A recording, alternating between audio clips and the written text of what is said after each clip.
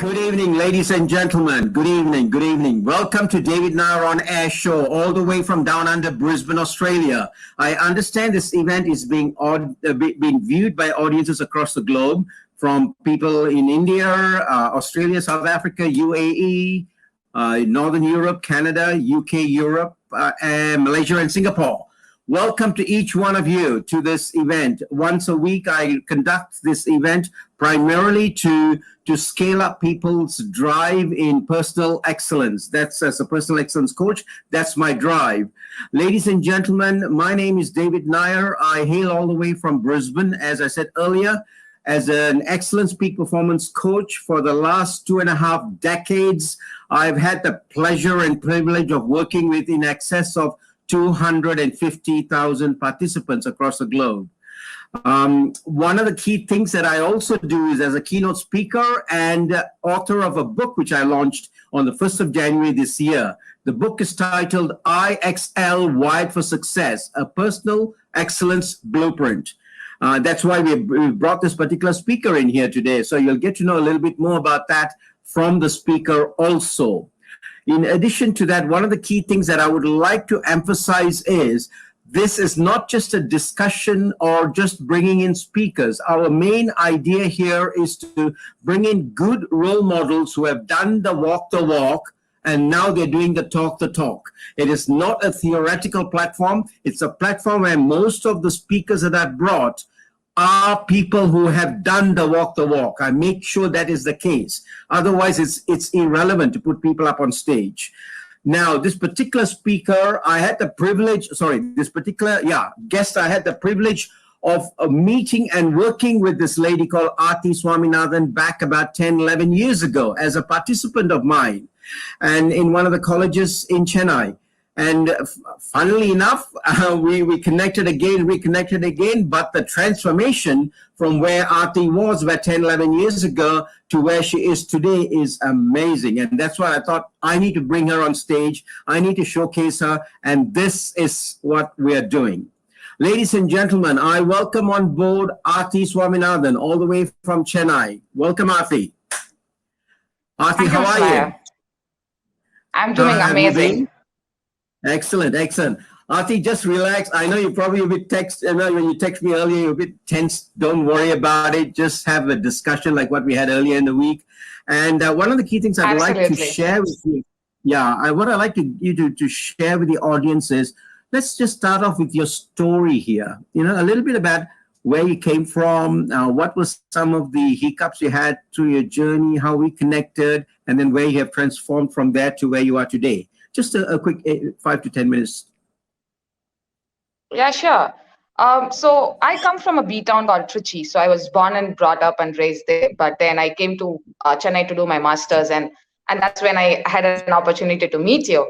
Back then, I always had a lot of inclination towards sports. I guess sports kind of runs in the family. Dad was into sports, so did my brother. Kind of picked it up, and later it was me who kind of said, okay, it's a heritage, and let me also kind of get into sports. So I got into sports at the age of 6 and 7, and kind of really did well for myself. I was a national athlete, and representing India was the biggest goal and the biggest target for me at that point of time.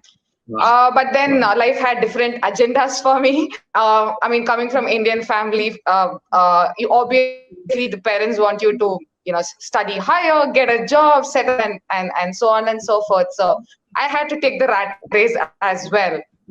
So I came to Chennai for my master's and kind of took a brief break for about 10, 12 years.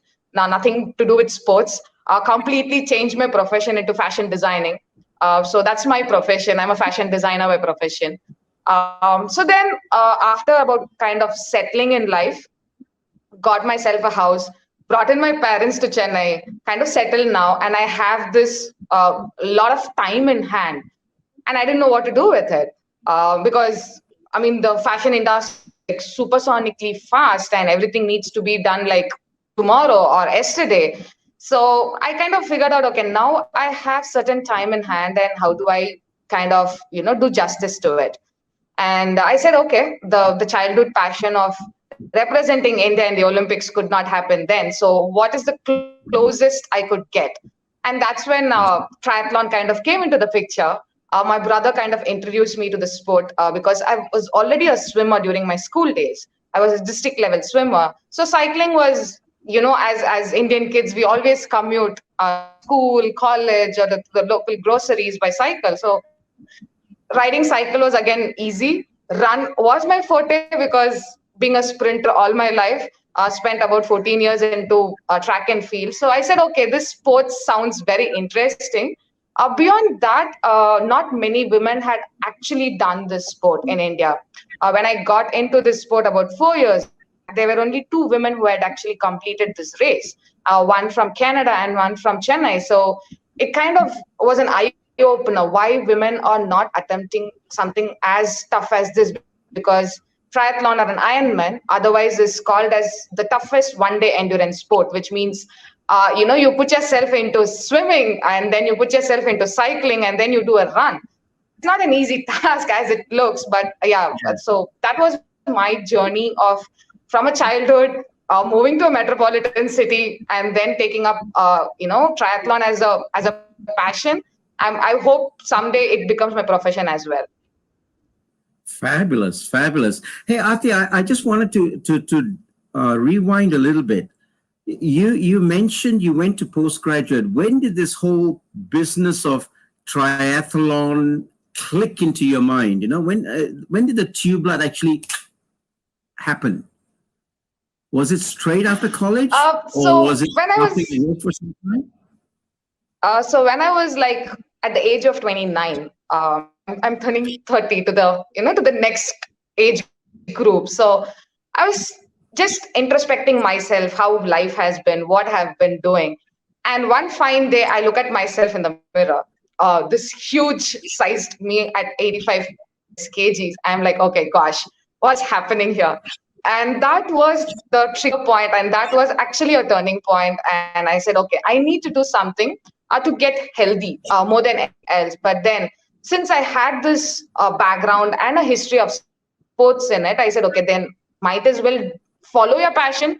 So I said, okay, I'll gift myself on my 30th birthday a triathlon race, and that's how everything started.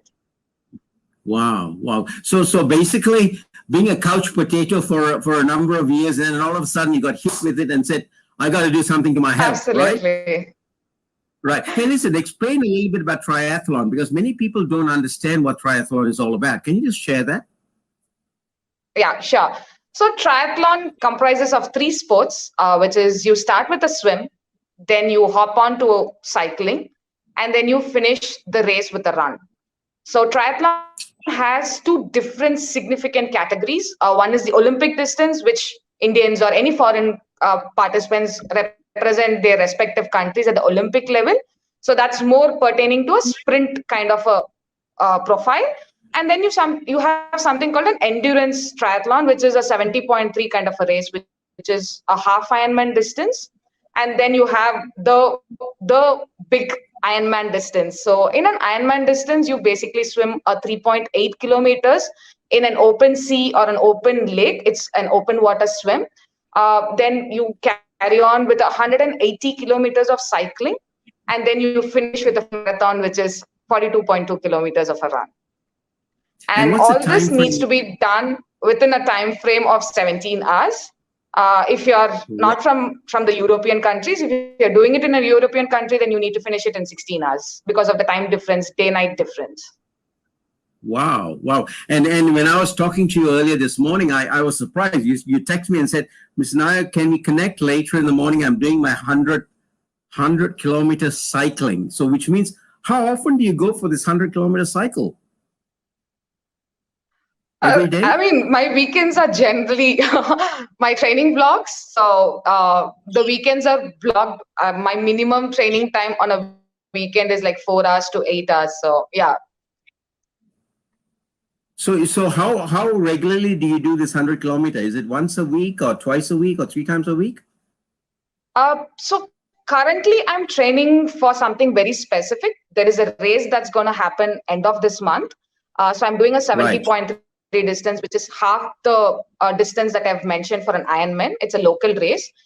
So currently, since I'm training race specific, I almost train 6 days a week, and I have one mandatory rest day where I don't do anything, just chill, take a massage, or just rest the whole day out. So I basically train 6 days a week, and I train sometimes one discipline, sometimes it is two disciplines. So when I say discipline, is the sport. So sometimes it's just a run, or it's like a long run. I do an 18 kilometers of a run or a 22 kilometers of a run.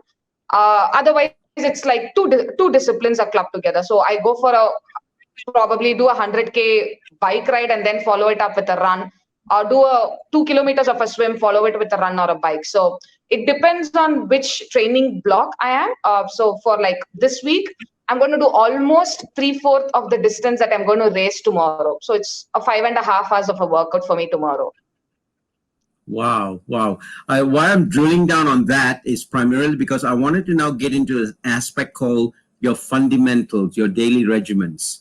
Okay, I mean, I'm sure you have to have certain disciplines put in place. Otherwise, this will never happen. Am I right in making that assumption? Sure. Excellent. Now, what are some of your daily regimens that you go through? You know, your rituals, I call it. So, I mean, triathlon is very demanding. There's a lot of science to it. So, primarily, somebody needs to be extremely disciplined to kind of do this sport, because you need to take care of your nutrition, you need to take care of your speed, pace, calculate a lot of things. So, the fundamental bridge is basically having a very disciplined life, because if you kind of plan your week almost a week in advance. So I get my training block a week in advance. So like for an example, my day kind of starts at 4 and it ends at 9. And I need my 6 to 7 hours of sleep minimum between days. So you kind of calculate a lot of things, and nutrition again plays a very important role because it's kind of called the fourth discipline in triathlon. So right.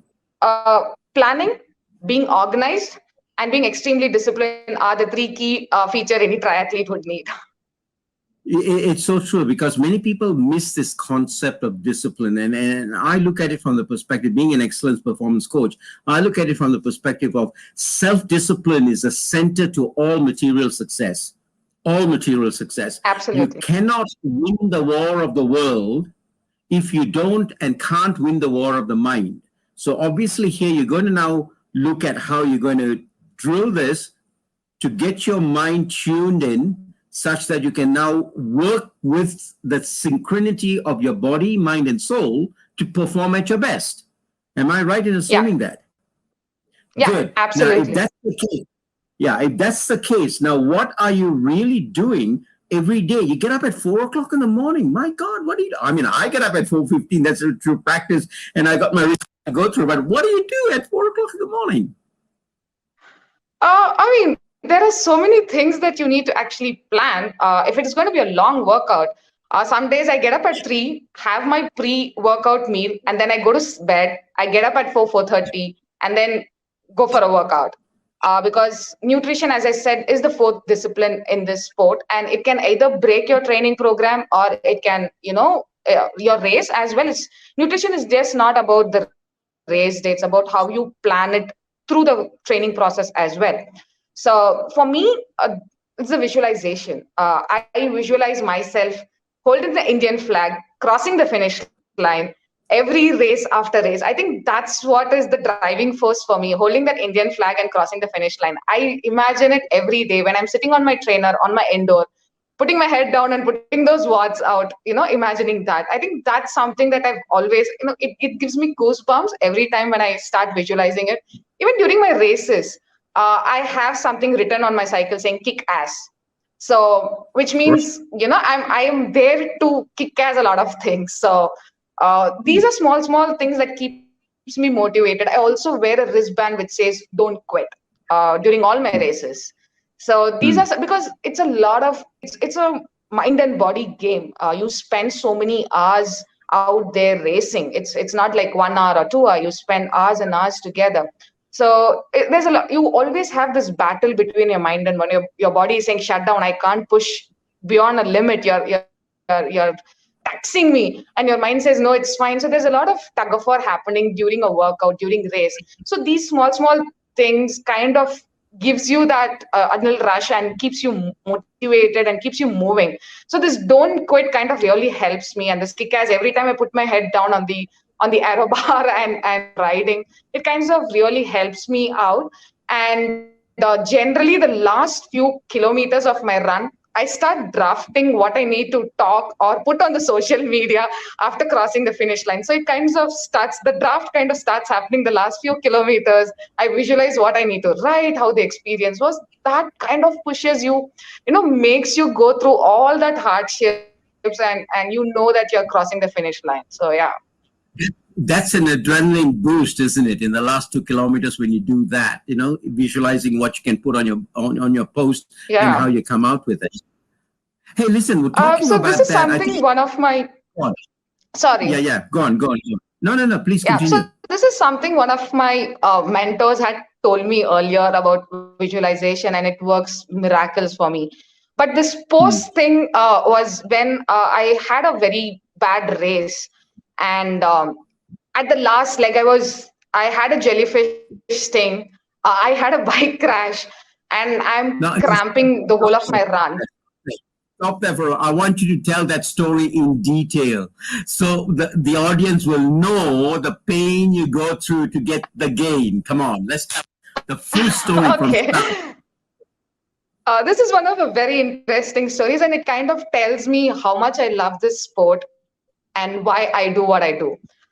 So there's a race in Goa. It's by the franchisee called Ironman. It is the first race that's happening in India, and I go there to participate to qualify myself for the World Championship slot. So I've been there earlier. I know the course picture perfect. It's there in the head. I know where is the climb and everything.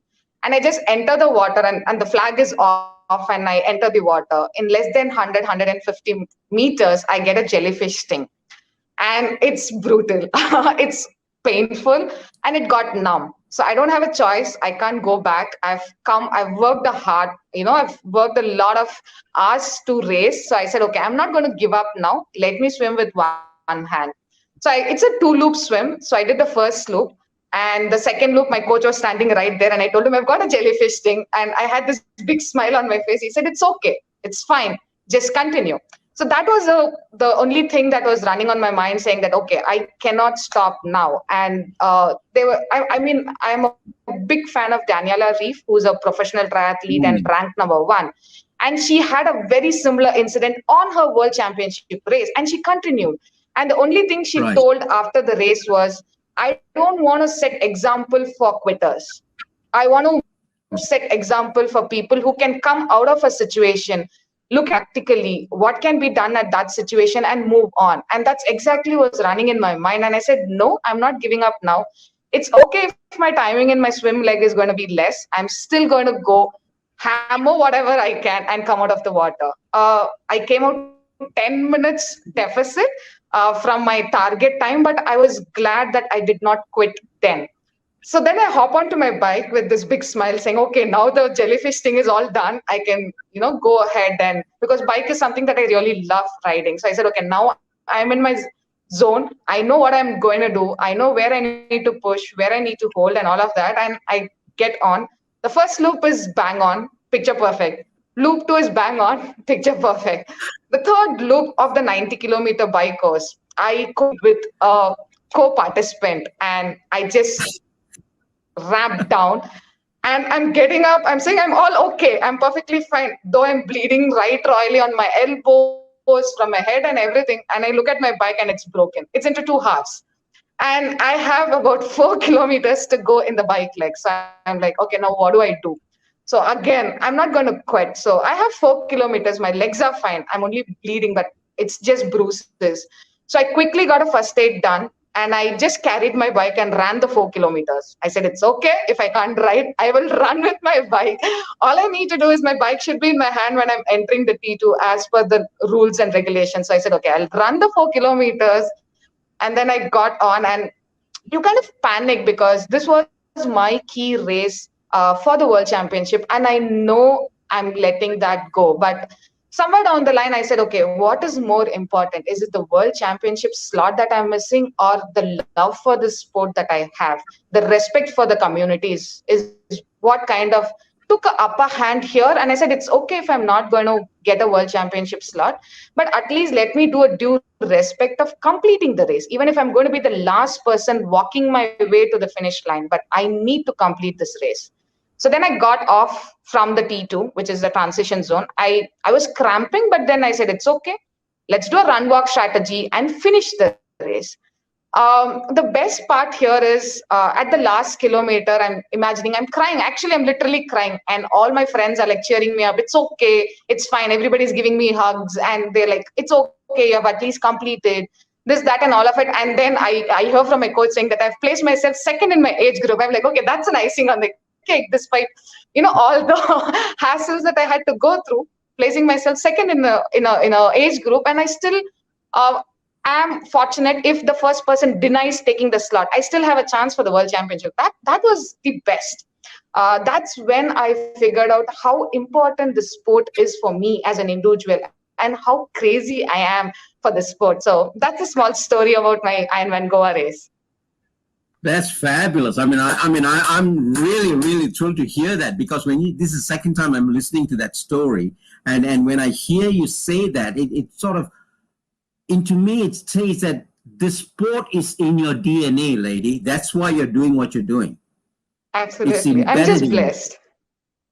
Right, that's fabulous. Now, I just want to rewind a little bit. I want to go back to just before the sport, you started working on some of the fundamentals at post-graduation, and certain things that you did.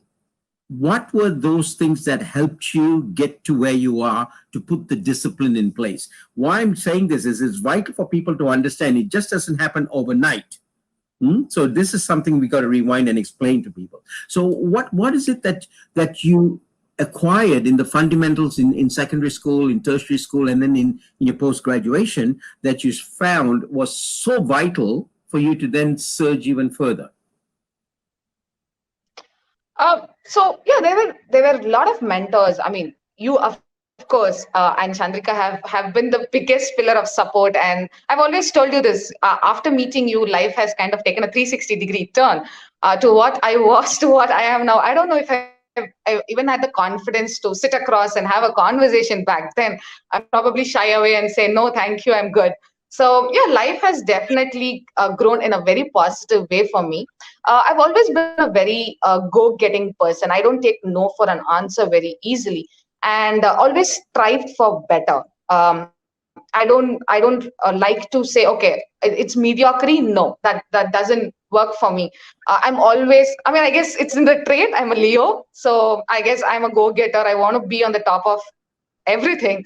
Not being Right. arrogant or stubborn, but in a good way. Like to kind of push myself beyond what is actually done by someone.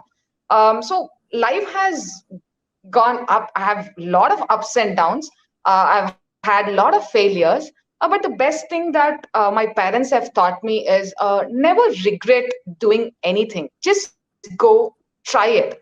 If you fail, it's perfectly fine. You only learn from that. You only learn from your mistakes, and they are the only process of like a stepping stone to the next level. So I've always kind of taken that from my parents. So far, I've done so many different things. Like my 11th and 12th, I was into accounts and commerce. Then finally, one day I get up and say I want to do fashion designing, and they were very generously open about whatever I wanted to do in life. They've never said, no, what are you doing? What is this? Nobody in the family has done. What is this fashion designing and stuffs like that? So even when I went to them and said, I'm going to take triathlon as a sport, they had this warm smile and they said, okay, if that's what you want, we are there to support you. Because triathlon as a sport, as a woman, as an individual also, you definitely need a family support. You definitely need a society support. You definitely need people around you to support you, because you go at the odd hours at 4 a.m. Imagine, a girl riding all by herself. Even on India, anywhere in the globe, it's going to be hard for any parents to kind of say, okay, it's fine, go and have fun. It's not the case. But I've had a lot of support systems. So here, I think I should mention about everyone who has been part of the whole journey.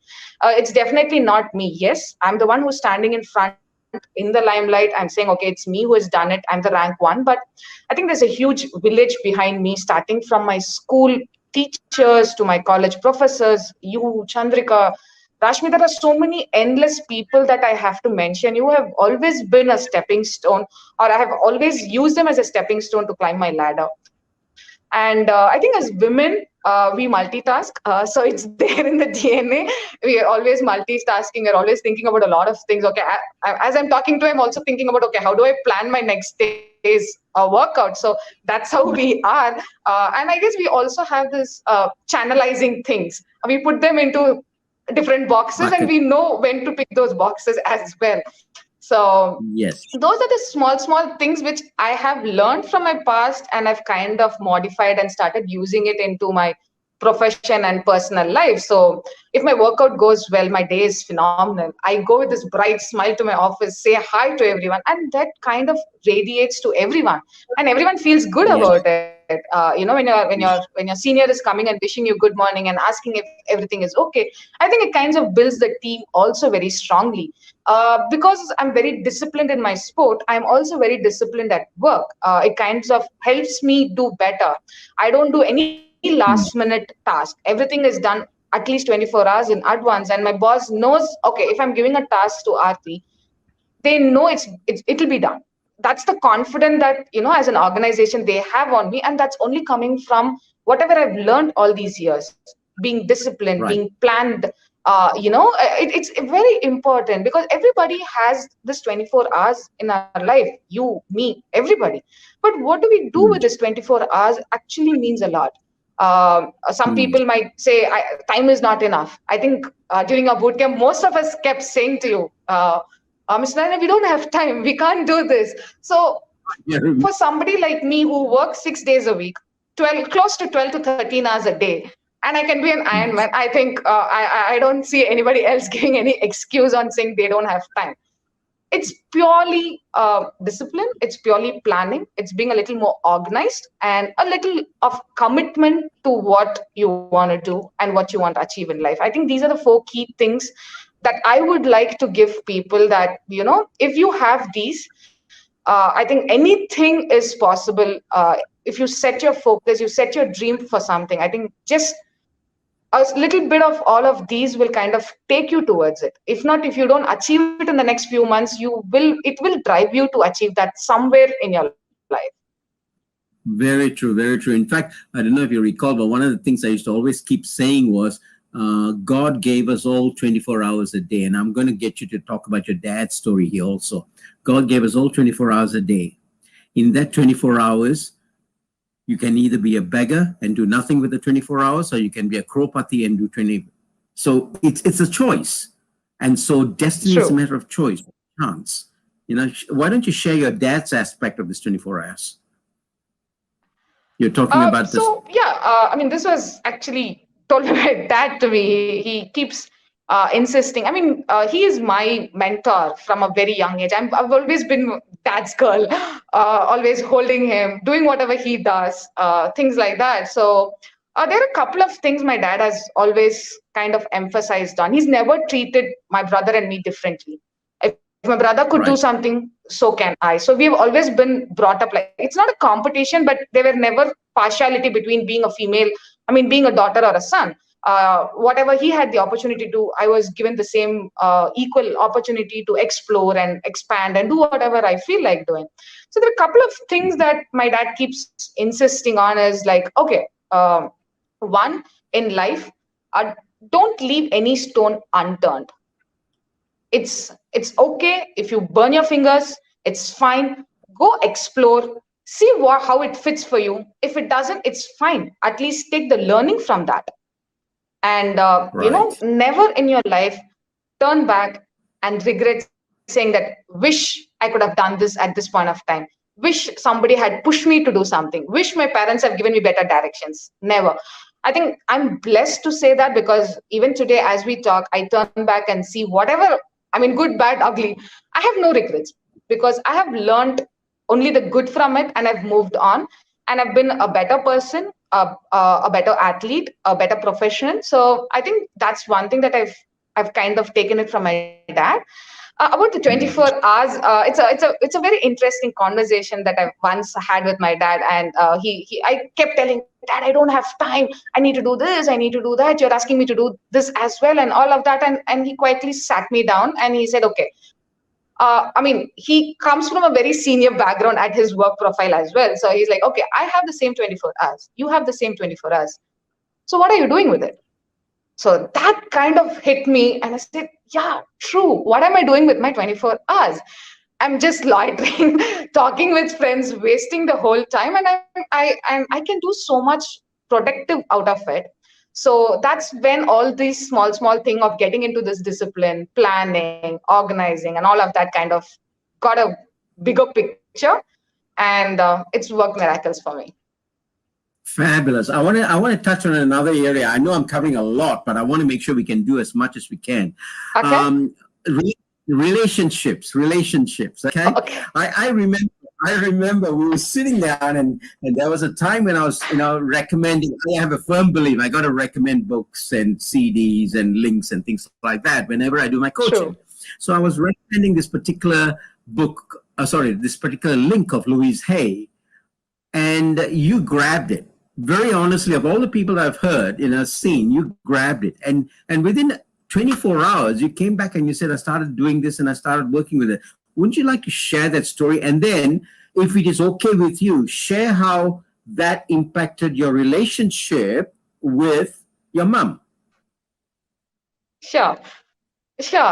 I've always had a challenge of understanding my mother better because she actually, she was a very independent woman. She was too strong in her head. So we actually didn't have a really good mom-daughter relationship. And I was struggling at that point of time when I actually met you. So we had a brief talk about it, and we kind of wanted to understand how can I improve upon that, because it's important that my mother understands, because my dad knows everything about me. I share every shit under the sky with him, but with my mom, it wasn't really good.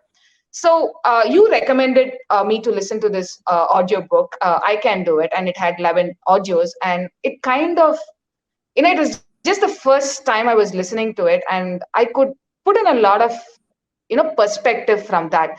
And the first thing that I took up from that is forgiveness.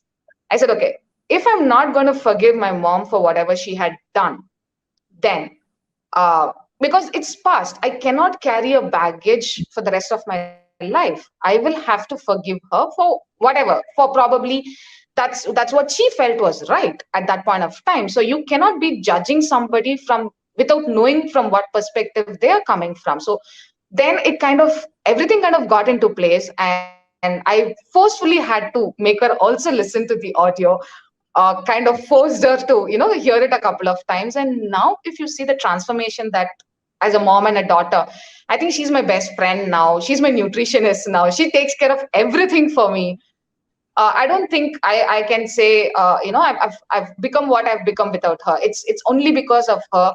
She's been my biggest support system. She's been there for me. Every time I come back and say my workout didn't go well, she's the one who's patting me and telling me it's okay. There's always a next day. You can perform it better. So I think there are a lot of audios in that. There are a lot of chapters basically on life, on forgiveness, on friendship, on relationship, and all of that. I think I've been recommending that to a lot of my friends as well. I've genuinely seen a lot of improvement with my friends, with my own relationship. So yeah, I think that one audio has a lot of meaning to me in my life, and I still continue to listen to it when I feel that I need to work on a certain things. It's just about less than an hour. So when I'm driving to work or when I'm driving back from work, I just put that into my playlist and I just listen to it. It's very soothing, and it gives you a lot of perspective that you've really not thought about in life, and that's more important. So yeah, that's my story with my mom, and yeah, it's an emotional thing, but I'm glad that I overcame that, and now we are in a very good position and a shape. So yeah, thank you for that. Yeah, you're in a better. No, my pleasure. But you're in a better space, because that's basically where the growth of you will take place. If you didn't do that, you would not have been where you are. So that is a huge credit, for you to be able to recognize that yourself, and then to be able to coach your mother, basically, not coach your mother to go through that process, and then look at where you are today. Fantastic. I think really good. Another thing I wanted to talk about with you was Zen. I know you always keep talking about Zen. You're getting into the Zen zone. Now, I want you to share your Zen zone, because I love that. I mean, we all live in this chaotic world. There's so much of pressure that as kids, I live in a gated community and I see these kids having so much of pressure. Okay, my parents comparing them, teachers are comparing them, starting from school, college, even at work. Your bosses compare with you for somebody else. Your parents compare you with somebody else. There's so much of chaos and confusion that's around us. So for me, the Zen movement is very important, especially when I want to take certain decisions, when I want to be really calm before a race. So these are my little of a Zen moments that I do. And it's important because I get an opportunity to talk to myself without anybody shouting on my head or shouting from my ears.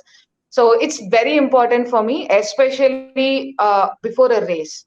Because you're super nervous. You're seeing your competitors. You're seeing how the ocean is, and it's choppy, this, that, and everything. So for me, that the 15 minutes before a race is a beautiful moment for me. I'm just myself. I imagine myself in some calm place doing a meditation.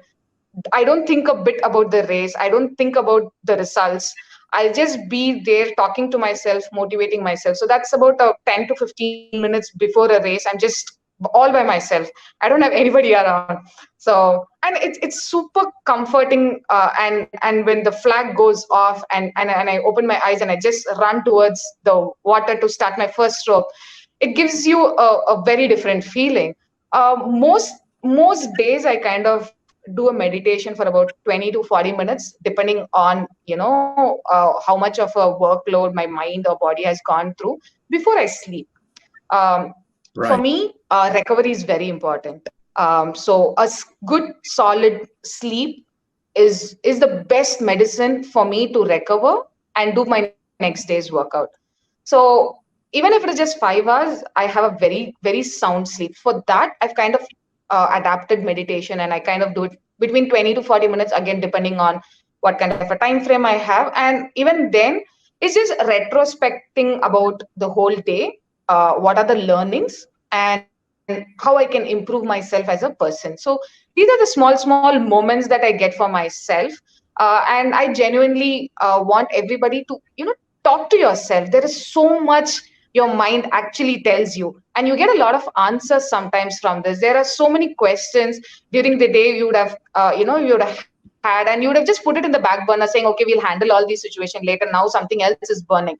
But when you sit calm and composed just before a bed or whenever you're comfortable and just retrospect these questions, and you actually have a lot of answers. The doubts that you had, during the day or last week or last month, you actually see solutions to that. There were so many days that, I've had, I'm like, oh, yeah, why didn't I think about it in this perspective?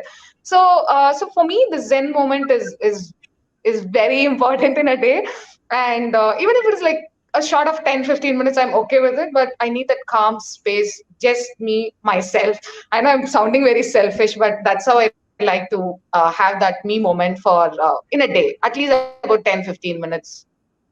That's powerful. That's not being selfish. See, most of us don't realize how much we push our body and our mind and our soul.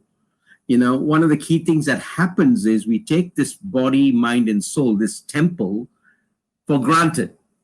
Okay? We take it for granted. Now, until we can reimburse it back, it's like a bank account. You can keep drawing on it. Unless you put something back, it's not going to work for you tomorrow. Just like your monthly salary, unless you can work for a month to earn the salary to put into your bank, you will not have any money for the next month. The same thing happens here. When we give and give, we just drain ourselves to nothing.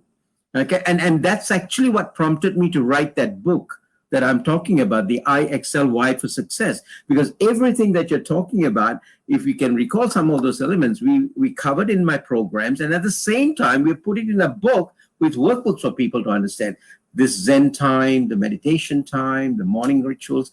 The power is for you to now realize, not you, but even the audience out there, I'm talking to them, for them to realize what this creator has given you. You know, some believe in religion, we call it God. For those that do not believe in religion, the universe has given you. And most of us don't realize the power it has. And what we need to do is learn how to utilize it such that we can then contribute back at a better and more effective way. And that's the power of excellence. Absolutely. Fabulous for your contribution on that. I wanted you to drill down further into the fourth discipline, okay, of triathlon, the fourth discipline, and especially elaborate on the 7 dabbas that you take for your lunch. So yeah, I mean, endurance sport, any endurance sport requires a proper planning of your nutrition, and so does triathlon. And as triathletes, everyone knows that nutrition kind of plays a very significant role, and it's always called the fourth discipline because it can either make or break a race, not just on the race day, but you also need to kind of build your body towards that as well. So yeah, as you rightly said, I carry about 6 to 7 dabbas to work, and initially it was a little, challenging, but then now it's kind of been my pattern, and that's how I like things to be, because I like to cook. Being a vegan, so I kind of take everything from home because I need to have a very balanced meal. Again, it depends on what my tomorrow's workout is, or the day after's workout, or what my previous day's workouts are. So my meal kind of has obviously a pre, during, and a post workout is pertaining to the respective workout that I do. Apart from that, I have a breakfast. Generally, I eat a very solid, heavy breakfast like a king. I genuinely have a very solid breakfast. And then I have a protein shake or something pertaining to protein between my breakfast and lunch, because that's when your body actually starts requesting you to kind of take in a lot of carbs and protein, so it can digest and it can become your muscle mass during the day. So I take a lot of protein in the first half of the day and let my gut kind of settle down towards the second half, so that I am ready and up for the next day's workout, because I don't want to have a bloating tummy or a gut issue the next day morning before a training program. So there's a small things that you need to really look into. So initially, when I got into the sport, I had a nutritionist. I was not a vegan then, so she was giving me whatever I had to have, and that's about it. I was just following it to the T. That's how it was. But about 3 years back, when I got to be a vegan for a lost friend and try to fulfill her dream of being the first vegan Ironman. So it all started in fond memory of her, but then it's become my lifestyle. So it was very challenging for people to understand a lot of things. India still doesn't have a lot of information about what we can eat and what we can't eat. People don't read the ingredients in India. People definitely don't read what goes into a packet. But then I started learning the whole art of what needs to go into my body, because end of the day, that's going to help me perform better. So somewhere then down the line, there was always a disconnect there. So then I had to do my diploma in sports nutrition. So I took that as a side course, and I said, okay, if I want to pursue better in this sport, nutrition is very important, and I think I need to do my diploma in that, and I did that as a course. And now I kind of plan my own nutrition. I know what goes into my body. I know what is a percentage of carbs, protein, all the micronutrients that is getting into my body. And then comes my lunch. Again, my lunch is fully loaded because after that, it's everything is going to be very small portions. Like salads, soups, and things like that. So with lunch, my breakfast is super loaded and my lunch is super loaded. After that, I break them into small portions. And my dinner is generally extremely light. I make sure I eat about an hour or two before. So weekly thrice, I have a gym session. So I kind of make sure when I'm leaving from the my dinner, so that the minute I come home, I can just have a bowl of soup or a salad and can just crash, because you can't sleep immediately after you eat something. You need your digestive system to work, function, and then you rest. So there are again a lot of planning, being a little more disciplined, and getting these things done. There are days when my colleagues drop me a message in the morning and saying, okay, Aarti, don't bring your soup today, we'll get it for you. I've been having extremely supportive co-workers, my running community, and everybody is like, okay, especially while I was preparing for my Ironman in 2019, I had a lot of health issues also happening because of this total new veganism following and diet plans and things like that. So my company actually let me eat all this during my work hours, and they even allowed me to kind of take a nap in between. So the morning, the minute I get into work at 8:30, I was given the luxury to sleep for 1 hour, because I used to get up at 2 3 in the morning and do like a solid 3 hours or 4 hours of workout. So they used to give me the luxury of sleeping the first 1 hour at work. I used to have my own cabin with a huge sofa where I could sleep. And then again, post lunch or before my tea, I used to have a quick 20-30 minutes of a nap again. So I think overall everybody has been a part of this journey. I cannot say it was me. Yes, as I said earlier, probably I'm in the limelight, but there's been a huge support system for me, from my office, from my family, from friends, from the running fraternity, from the triathlon fraternity. So it's been a great journey so far for me, and I'm so looking forward for many, many more years. I know 2025 is the target date, right?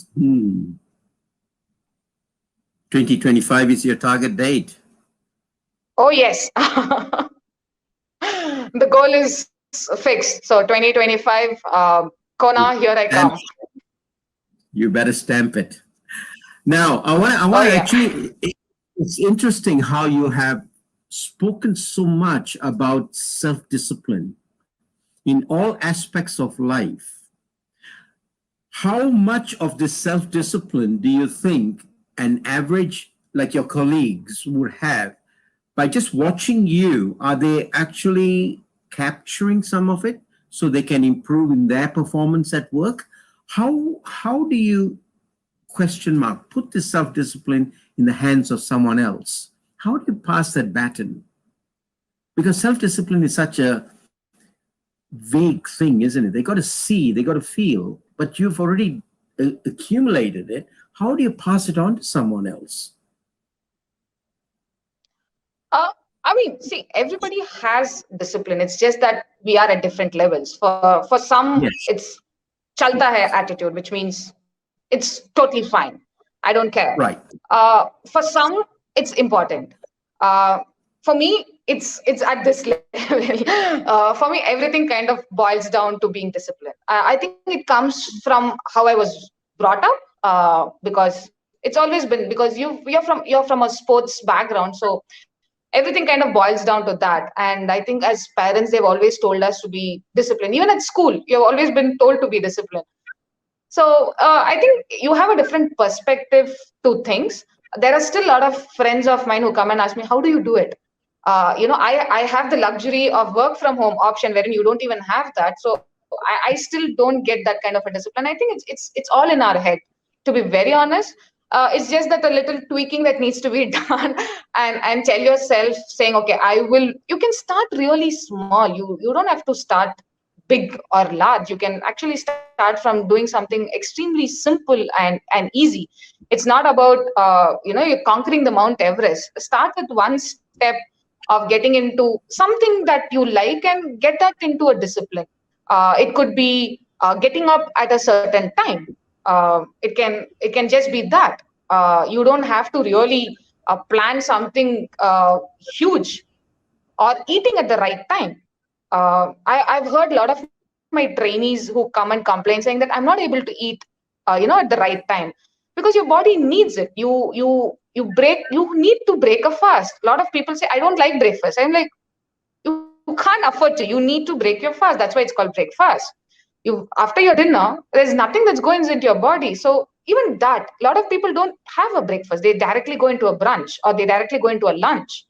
I have people who are chain smokers, and they come and tell me they want to train for a triathlon, and they want to quit smoking. So these are small things. It's not about what I do is only discipline. It's about taking something like an ownership and say, okay, this is what I would like to do, and I'm going to stick on to this for at least 21 days. 21 days is when your habit gets formed. So you do something for 21 days and it invariably becomes a habit.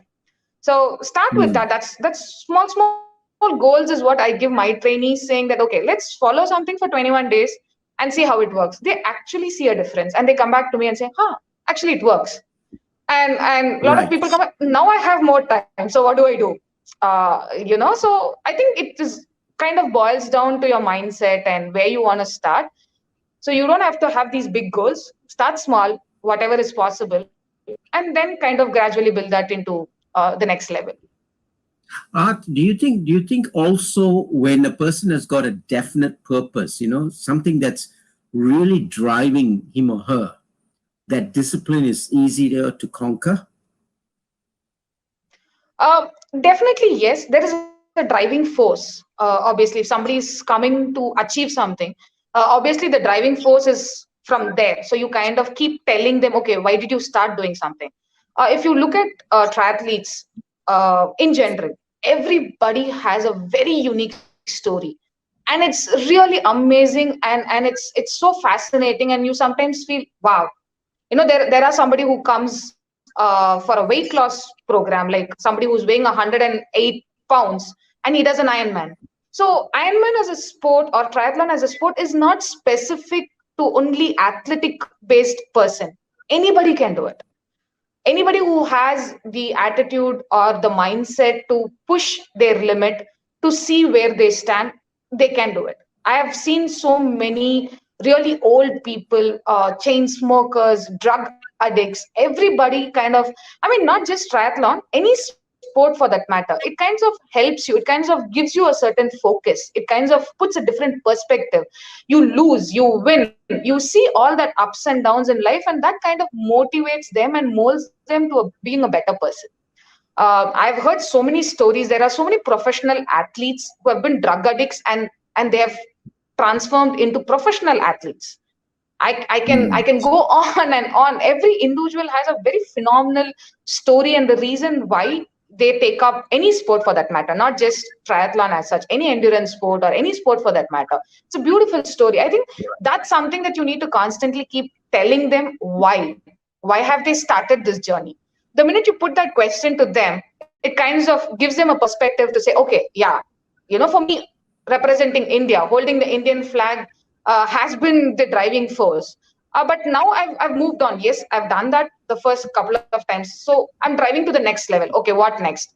Okay, nobody has been to Kona. Okay, that's what I want to do. Nobody has gone to World Championship, so that's what I want to do. So it kind of gives you a motivation and sets you small goals. So I think that's what you need to look at it from a third person's perspective, saying, okay, what is my immediate goal and what is my bigger picture? So you always set goals in life, right? You say 2 years from now what you want to be, 5 years from now what you want to be. So everyone aspires to be somebody or do something for yourself. So I think instead of being somebody else, try to be the better version of you from today, from tomorrow, 10 days, 1 month, 1 year. Just try to be a better version of yourself. I think that's more important than trying to aspire to be somebody else. Yes, you have role models, no two ways about it.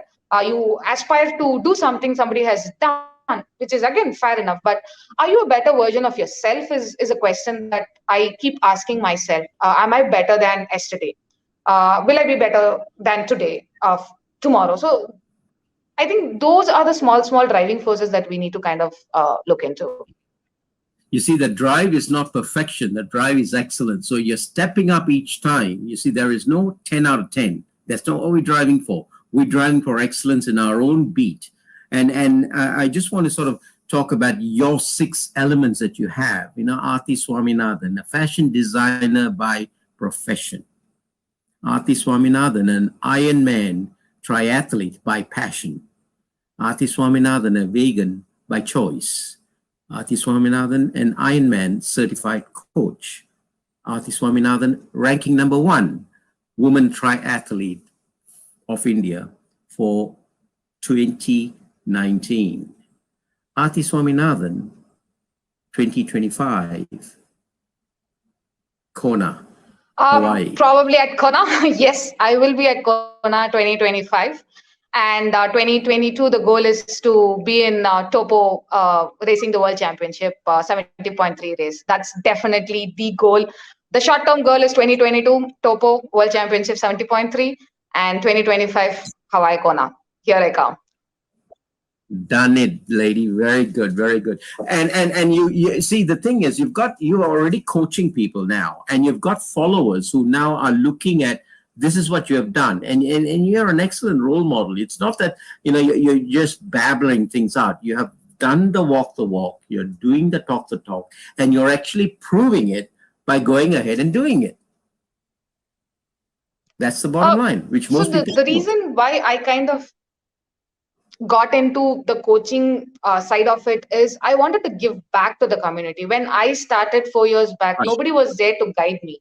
As a female athlete, I was very concerned about safety. I was very concerned about a lot of things. So now I'm at a slightly more experience. I still have a long way to go, but I'm definitely about 4 years old into the sport. And I genuinely want to give back to the community, especially to the women. Women out there, I think they generally have the potential. It's just that, they think too much and they say, okay, this is not what I can do. I think you need to break that barrier, come out and see this beautiful world. You can fly high, you can achieve whatever you set your mind into. It's nothing is impossible. So that's what I am targeting lately. I'm going into, the B cities, C cities, and seeing any women who's interested, who wants kind of a support. So I'm teaching, I'm coaching a few of them at absolutely free of cost. I don't charge them at all because I know they have the passion towards the sport, and I'm also seeing how best I can fund them. Can I get them sponsorships? Can I financially support them in whatever ways and means I can? So these are certain things. So I want to take this to the next level. I'm tying up with a lot of brands. I'm talking to a lot of brands and see what best can be done. If any reference is coming for my sponsorship, I kind of D2 it to somebody who genuinely needs it, who needs it more than me. So these are small things, because triathlon as a sport is very expensive, and the infrastructure in India is very limited. We still have a very long way to go, but definitely I can see a bright future, especially after my race last weekend. I can genuinely say that triathlon as a sport is going to go notches up in India, because the Triathlon Federation is kind of taken an additional initiative to make sure more girls, more guys, boys under 16, under 20, participating. So, which is good. But as we go, I still feel, the safety is still a questionable in India. But anyone out there, not just women athletes, anyone out there who wants any kind of a guidelines, inputs, insights, I can definitely, if I can't answer to your questions, I can definitely put you to someone who can answer your doubts and questions. So that's what I want to put it out here today, is if anybody's interested to do a sport and you don't know where you need to start, you can just ask me or ask anybody from the triathlon fraternity. They'll be more than happy to support you, help you. And this is my way of giving back to the community. Fabulous, Aarathi. Excellent. Aarathi, as a closing comment, can you sum up everything that we spoke about in relation to mindset, discipline, and everything, and probably in 30 seconds, give your thoughts to the community at large, not necessarily just sporting, but in their way of life, to excel and get their best out of living in Mother Earth? So there's a quote that I always keep saying. So dream, and the dream is something that it shouldn't put you to sleep. It should kind of wake you up and go achieve that dream. So that's something I constantly keep telling a lot of my friends, and I keep quoting that very often. So do a lot of dreaming. It's okay to dream, but make sure that dream does not let you sleep, and it drives you to achieve those dreams of yours. So that's the key. That's the only difference, from an ordinary person and you being an extraordinary person. So I think I would like to thank Mr. Nair for this amazing opportunity to share my experience and whatever my life journey has been. It's been short, but I think I've had a lot of my ups and downs, and I've learned from it. And as I've always been telling you, you have been my pillar of strength, support, back then, now, and I think in the futures to go. And thank you so much. My pleasure. My pleasure. If your dream is big enough, the facts don't count. Bottom line. So Absolutely. If your dream is really big enough, the facts don't count. Aarthi, it's been a great privilege having you on board, and thank you so much for your wisdom. Thank you so much once again. We'll connect with you soon. Bye now. Cheers. Thanks.